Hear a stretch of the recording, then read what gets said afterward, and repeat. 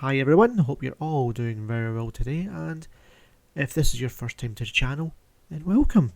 Today I'm going to be making a little dessert called Leite Creme or Leite De Creme, and this is pretty much a Portuguese slash Brazilian take on creme brulee, the custard dessert with the melted sugar on top.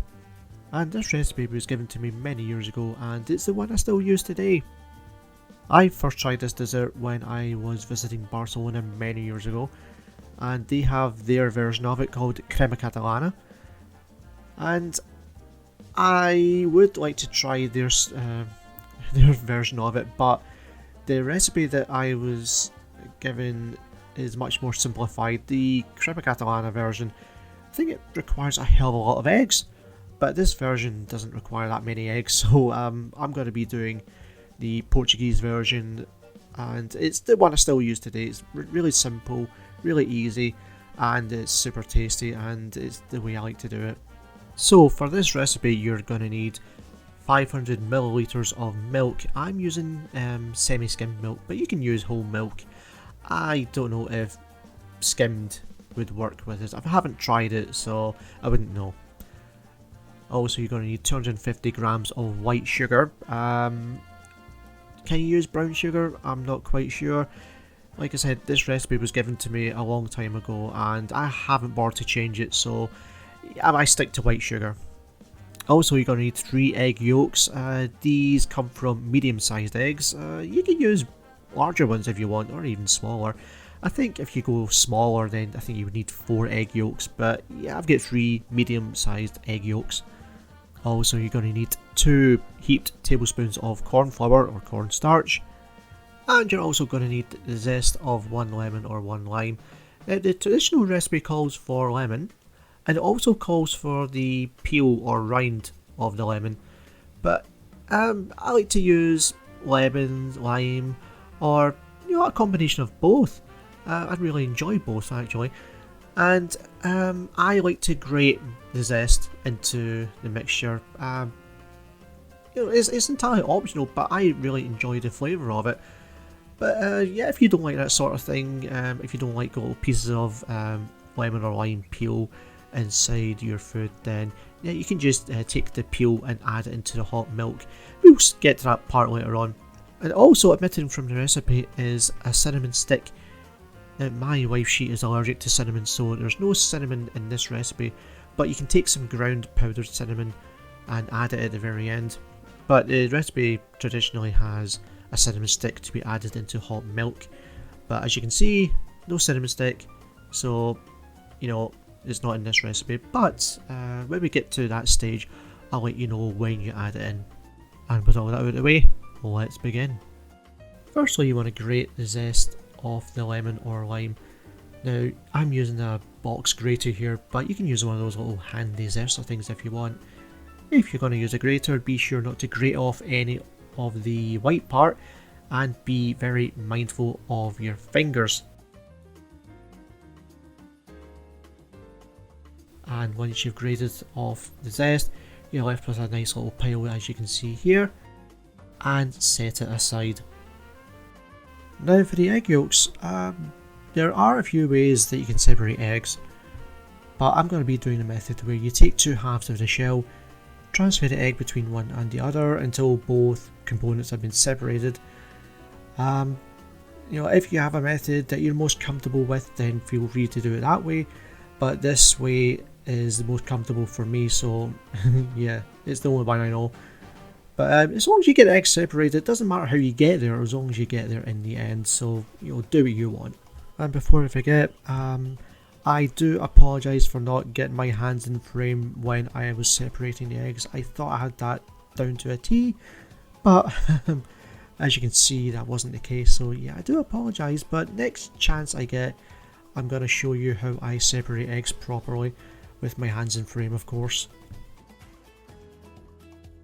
Into a medium sized pan, add in your 500 milliliters of milk and the zest of the lime or lemon if you're using lemon. Now, as I mentioned earlier on, traditional recipe calls for the peel of a lemon or lime, so if you're doing it that way, then add that in at this point. And if you're using a cinnamon stick, or you can use powdered cinnamon, it's up to yourself. Now this is something I don't normally do. Sometimes I like to add in the juice of a lemon or lime, but this time I didn't, but instead I took the lime that I used and I cut it in half and added it into the milk. Now I cooked this all together over a medium heat until the milk was just coming up to boiling point. And when it gets really hot, just not boiling, don't want it to boil, but just before it gets to that stage, take it off the heat and set it aside. But make sure to take out the lemon or lime peel and cinnamon stick if you're using one of them, and discard them as we don't need them anymore. And into a large bowl, add in your 2 heaped tablespoons of corn flour or cornstarch and your 250 grams of white sugar, and give it all a good thorough mixing until everything is fully combined.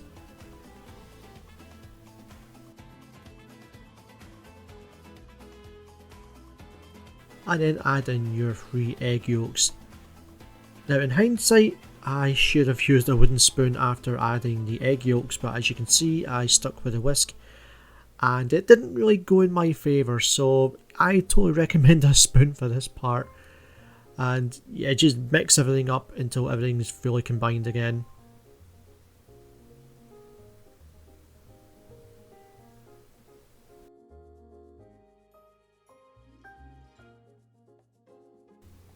And once you've got all the sugar, eggs and corn flour all combined, carefully add back in your hot milk mixture and give it all a good stir until everything's dissolved.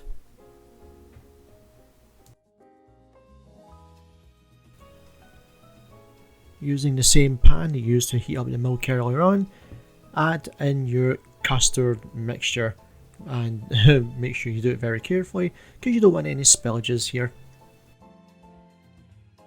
And you want to cook this on a medium heat, stirring constantly.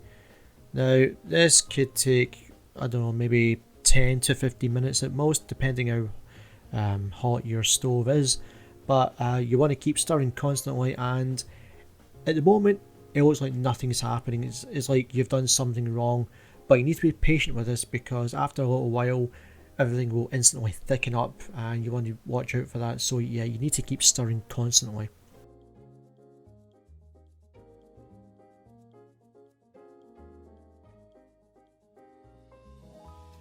And as if by magic, everything will have thickened up instantly and it's time to take it off the heat. Now when it gets to this stage, you can give it a little stir for maybe 30 to 60 seconds and after that take it off the heat and set aside to cool down a little bit.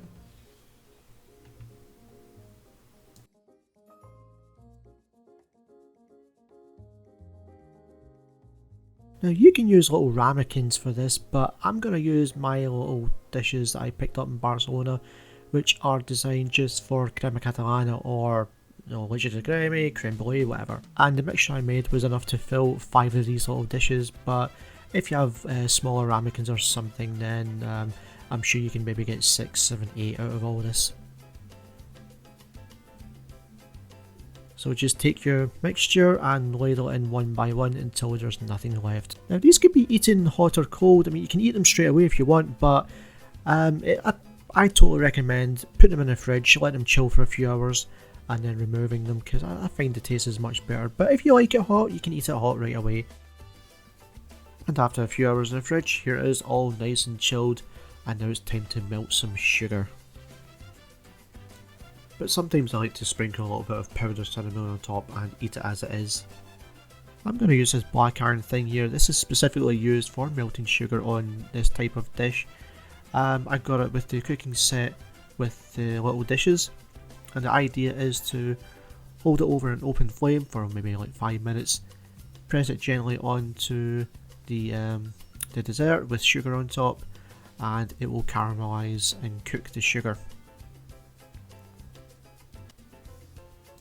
Now if you don't have a black iron thing like I do, you can just get one of those little handy chef blow torches and just melt sugar that way. But since I don't have a gas stove to heat up the black iron thing, whatever the hell it's called, I'm going to use a heat gun. I spent about a good 10 minutes heating up the black iron thing with the heat gun, and as you can see, it didn't quite go according to plan.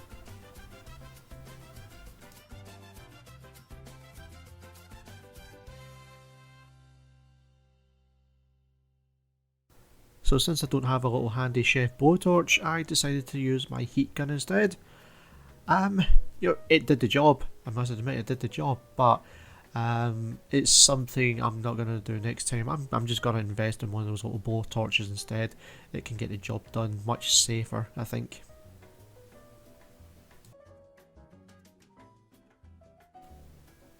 And once the sugar has melted and cooled down for a few minutes, it's time for a taste test. I had to get my hands on one of these and try it immediately.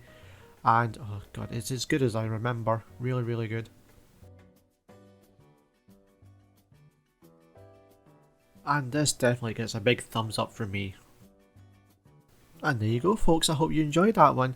Now there's something I forgot to mention earlier, and that's the use of orange peel. I mean, you can use orange peel if you want, but one thing I don't recommend is using juice. It's just way too sweet. So yeah, if you don't want to use lemon or lime, alternatively you can use orange instead. It's quite good, I must admit, really good. But next time I think I'm going to try lemon and lime, because it's been a long time since I had that one, and in the future I'm going to try orange as well. But yeah, like I said, no orange juice. And hope to see you all guys next time, and if you want a shout out for the next video then please leave something below, and if you have any comments or whatever about the dish itself then yeah, feel free to leave a comment or whatever, and I hope to see you all guys next time. And as always, you all take care, have a good one, and goodbye.